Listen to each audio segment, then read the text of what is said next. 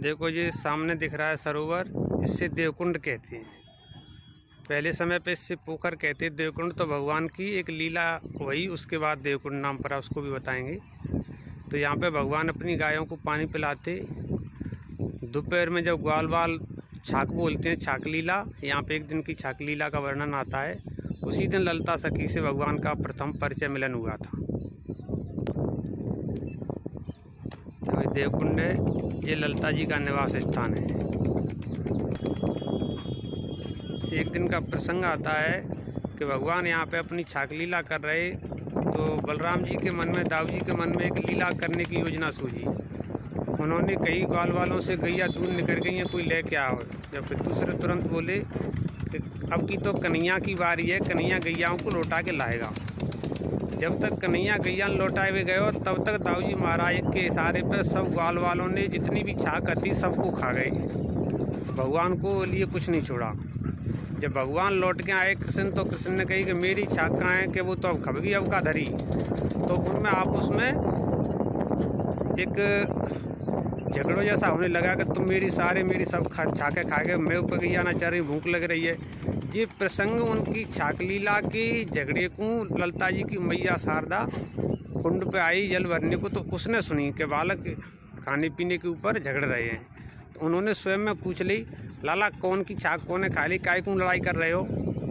तो ठाकुर जी बोले, मैया जिनने सबने मेरे बट की छाक खा ली, मुझे भूख लग रही है। कि तुम कहाँ से आए, कि नंदगाम से। कौन के लाला हैं। तो भगवान ने परिचय दियो कि हम तो बाबा नंद यशोदा के लाला हैं। तो मैया जाना ही उनने, वो गोकुल वारिन को छोड़ा है। मैया ने लाला को अपने अंक में भर लियो। कोई बात ना लाला, तू चल मेरे संग, मैं तुझे भोजन कराऊंगी। जब मैया कन्हैया को अपने घर ले गई तो घर पर भोजन कराए, वहाँ पे ललता जी मिली। तो जब ललता जी से कही कि लाला को उनके ग्वाल वालन के वहाँ तक पहुँचाया, अकेलो डर पे वो जंगल में। ललता जी ठाकुर जी को लेके आई तो गेल में उनको आपस में परिचय हो गया। ललता जी ने ठाकुर जी को देखे तो एक ऐसा भाव प्रकट हो गया मन में कि कितना सुंदर है, कितनी अच्छी बात करता है, ऐसे की संग ब्याह जाए तो कितना अच्छा रहेगा।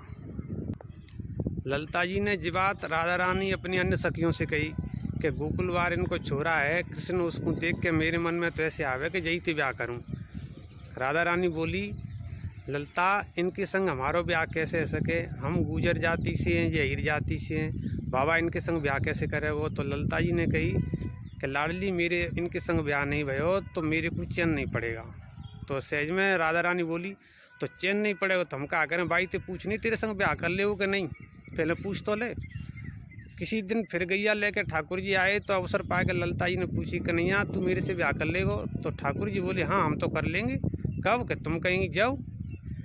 तो वो एक बाल लीला चल रही, तो जैसे भादों के महीना में द्वादशी तिथि, तो उस दिन ठाकुर जी फिर गैया लेके आए। ललता जी ने अपनी सब सखी बुला लें कि मेरो ब्याह करा दो। ललता जी ने फिर भगवान के संग ब्याह को प्रस्ताव रखो। फिर विवाह की लीला वही इस वन में देखो, उसको तुमको दर्शन कराएंगे। वहाँ पे लीला स्थली, विवाह स्थली है। देखिए ये लीला स्थली है, भगवान कृष्ण एवं ललता सखी के संग यहाँ पे ललता सखी और कृष्ण का विवाह स्थल है जी। अभी ऊपर जो शिला है उस पर विवाह के समय सखियों ने, चित्रा सखी ने मेहंदी से फूल निकाले, उसके तुमको दर्शन कराएंगे। चलते हैं, देखो ऊपर देखो, अभी चलते हैं, इसके दर्शन कराते हैं। उस पर मेहंदी के निशान है जो चित्रा सखी ने निकाले। यहाँ पे ललता जी और कृष्ण ठाकुर जी बैठे, देखो जी बैठने की जगह है। देखो इस पे है जी फूलों की निशान, देखो अभी जूम करके दिखाता हूँ। देखो जी चित्रा सखी के हाथ के फूल हैं, मेहंदी के महावर के, दिख रहे हैं लाल लाल। देखो जी कितने सुंदर फूल हैं। ये सब उसी समय के 5000 वर्ष लगभग हुई, अभी तक मिटे नहीं है, ना मिटेंगे ये। देखो जी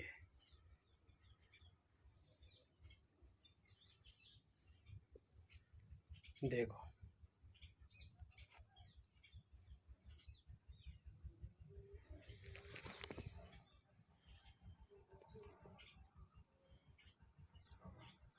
देखो